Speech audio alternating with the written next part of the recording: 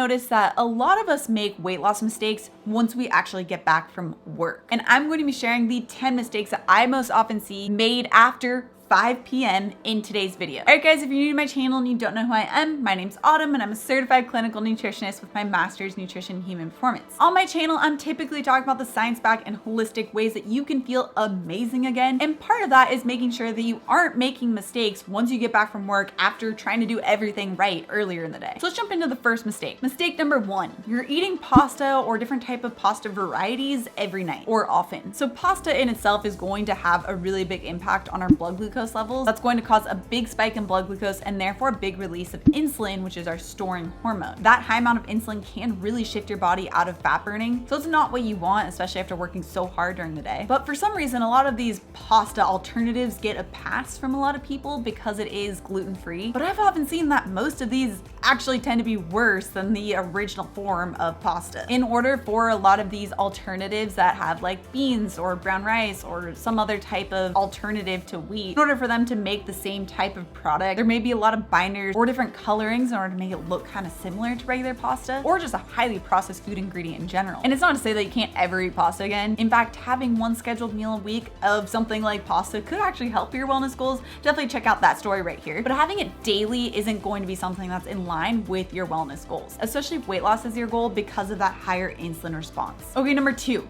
eating high fat and high carb together at dinner. Now, it's really great that fat is finally not being so demonized and that people are realizing that it's something that we actually need in order to feel satiated and just for general health. But some problems can come when we do pair high fat and high carb. In fact, some researchers are discussing that when you pair the fat with high carbohydrate, it has an effect on the human physiology that we weren't really developed to handle. Now, I have a lot of videos on this proper nutrient timing so that you can avoid this, but you can check out this one right here for more explanation. Number 3, watching TV right before bed. I used to personally do this all the time because I thought it helped my anxiety. But when you are watching TV, it emits this blue light that actually inhibits melatonin production, which is your sleep hormone. And getting a poor night's sleep is being more and more realized as highly linked to weight loss, or rather the inability to lose weight. So instead of exposing yourself to these blue lights, you could just read before bed or go on a walk or just do your nighttime routine of getting ready for bed. That way you can help to stimulate the melatonin and your sleep hormone naturally, get a great night's sleep, and help to promote weight loss the next day. And speaking of sleep, number 4, drinking a ton of water right before bed. Water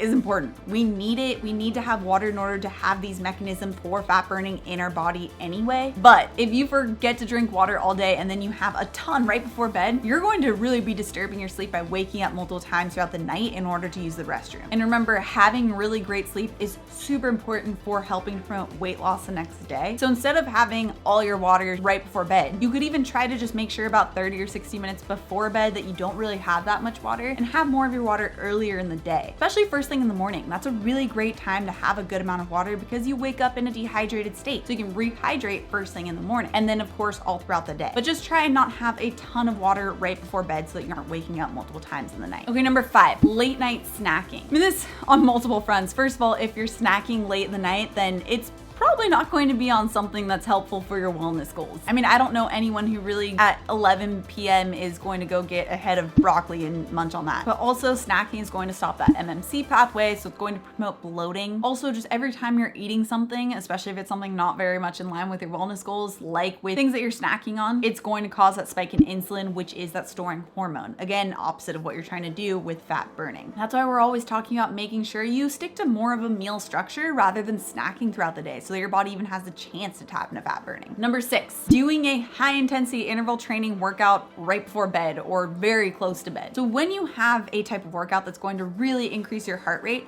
that's also going to increase your cortisol, and that's your stress hormone. Now, the reason why it's increasing your cortisol is just because it's trying to mobilize the blood glucose so you have energy for that HIIT workout at that higher energy state. But if you have high cortisol right before bed, it effectively shuts off melatonin production, and that goes back to the fact that we really want to optimize sleep in order to help with weight loss. So this is where instead you could just shift it to the morning or midday, and that'll be more in line with helping you to achieve your wellness goals. If you were to do some type of workout at night, going on a long walk, doing some light yoga, those types of lower intensity workouts are not going to spike your cortisol and therefore won't have as much an effect on melatonin. Number 7, not eating enough non-starchy vegetables at dinner. Now, fiber is one of the main components for helping to keep you satiated. It does that by causing that stretch mechanism in your stomach to signal to your brain that it's full. full. So if you aren't eating enough veggies, you might not feel very satiated, which could lead you to snack later on in the night. So loading up your plate with those non-starchy veggies like broccoli, asparagus, artichoke, bok choy, cauliflower. I mean, there's so many, but loading your plate up with that, at least 1 to 2 cups, will help to provide the fiber to keep you satiated. Another pro tip here, as like a little bonus tip,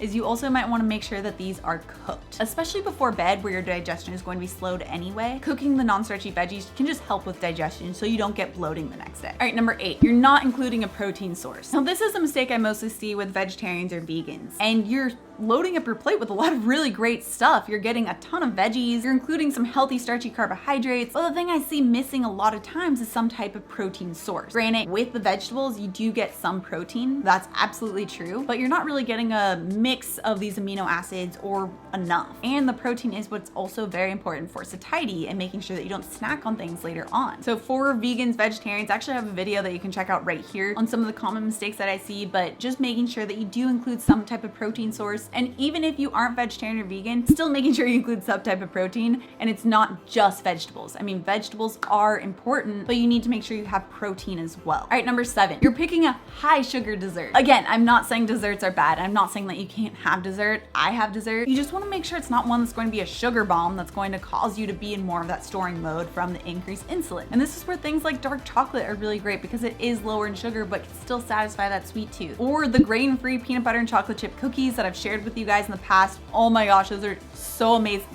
I've actually been having that a lot lately, but those are going to be lower in sugar so that you can satisfy that sweet tooth but not go overboard on the sugar and cause that high insulin response. Number 10, you're scrolling through Instagram or whatever social media platform right before bed. This is the same concept as watching TV right before bed, where it suppresses your melatonin or that sleep hormone and makes it so that you don't get high quality sleep. I really can't overestimate how important sleep is for weight loss goals. In fact, I've had clients where they just weren't getting great sleep, but they're doing everything else right and they still weren't achieving their goals. But once we addressed their sleep with some of these strategies, they were finally able to tap in their fat burning mechanisms. So for this, just having that designated tech time where you aren't going to have any technology that you're using 60 minutes before bed will help to naturally increase melatonin production so you can get great sleep and then achieve your wellness goals. And if weight loss is something that you are looking for, make sure you check out this video on the 10 smoothie mistakes that you might be making that can cause weight gain. Also, if you're new to my channel and you love this science-backed information,